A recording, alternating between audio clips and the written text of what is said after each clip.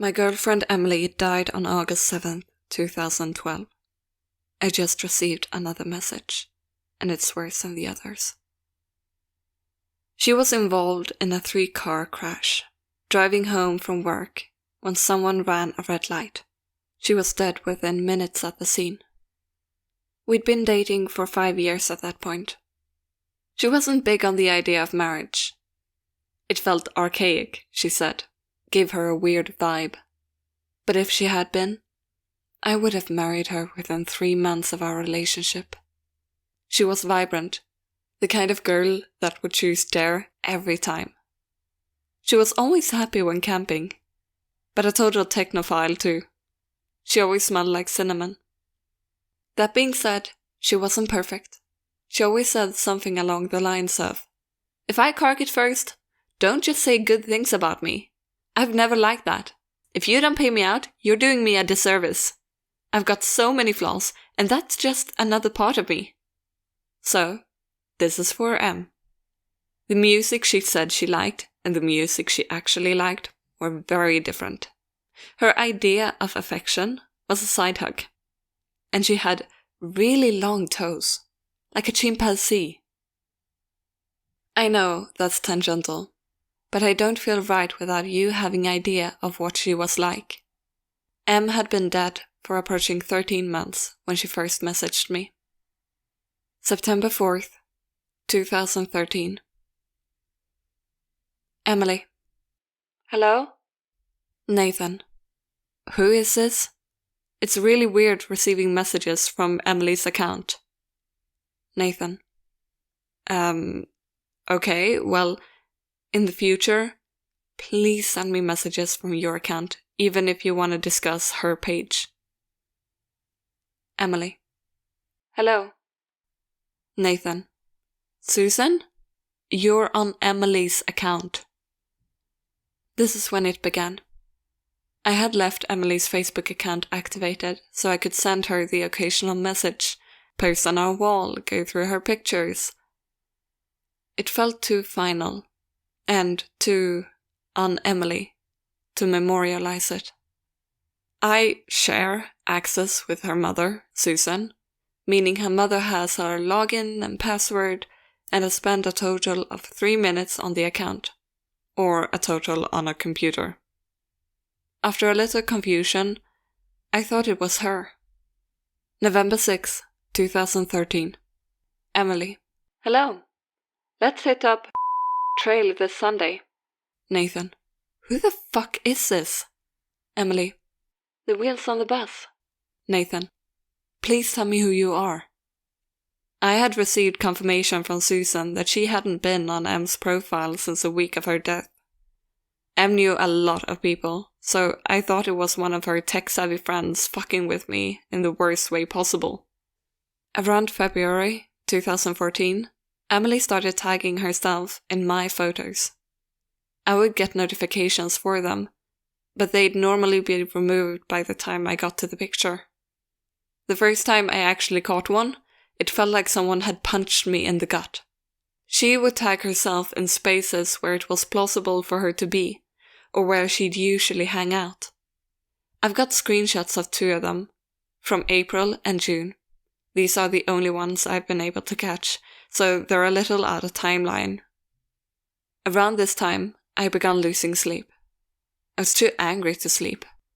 She would tag herself in random photos every couple of weeks. The friends who noticed it thought it was some fucked up bug. I found out recently that there have been friends who have noticed and didn't say anything about it.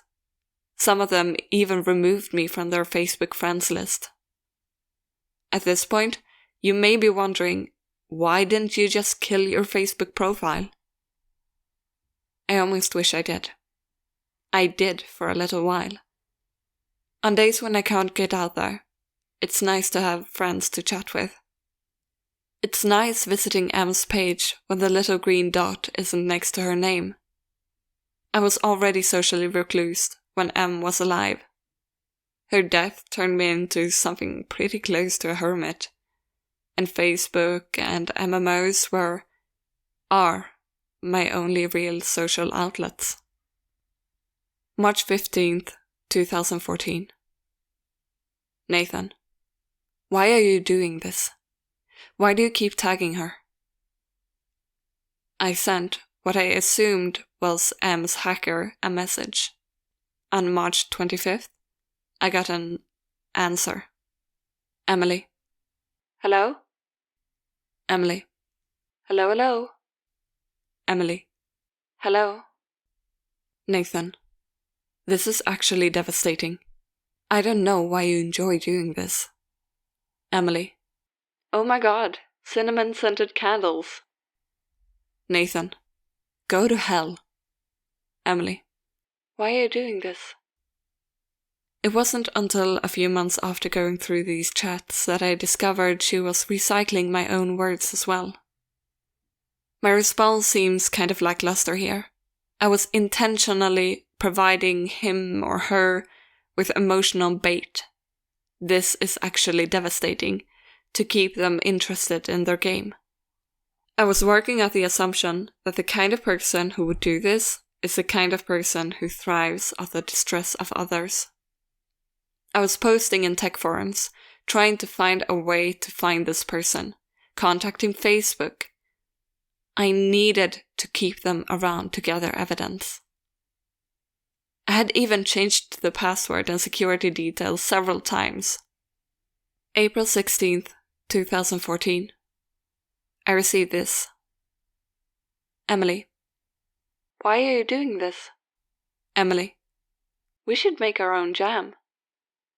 JFC Samantha. Nah, different. No chance of passing. No chance of passing. How many? Garage side door. Side. I. No chance of passing. April 29th, 2014. Emily. I baked beans on toast. I don't know. I just said, yo, ask Nathan. Nathan. Nathan. Nathan. Nathan. I don't know what's happening. I don't know why you're doing this. Please stop. Emily. Please stop. I don't know what's happening. I hadn't discovered any leads. Facebook had told me the locations her page had been accessing from, but since her death, they're all places I can account for. My house, my work, her mom's house, etc. My response here wasn't bait. Yo, ask Nathan was an inside joke that's too lame for explaining. But seeing her say it again was absolutely fucking crippling. My reaction in real life was much less prettier.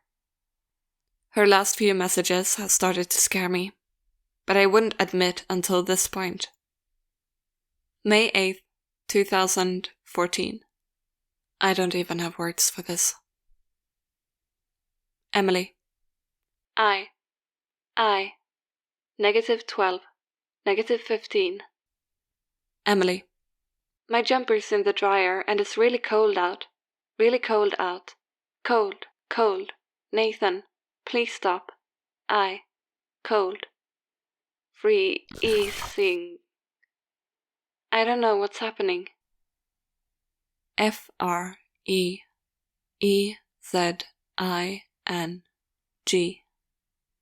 Freezing is the first original word she said.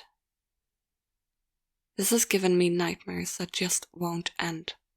I keep dreaming that she's in an ice-cold car, frozen, blue and grey. I'm standing outside the car door in the warmth, screaming for her to come out. She doesn't even realize I'm there. Sometimes her legs are outside with me. May 24th, 2014. Nathan. I'm really drunk. I miss you. Whoever's on this account, I don't give a fuck. I keep coming home from work, expecting to see you at the computer.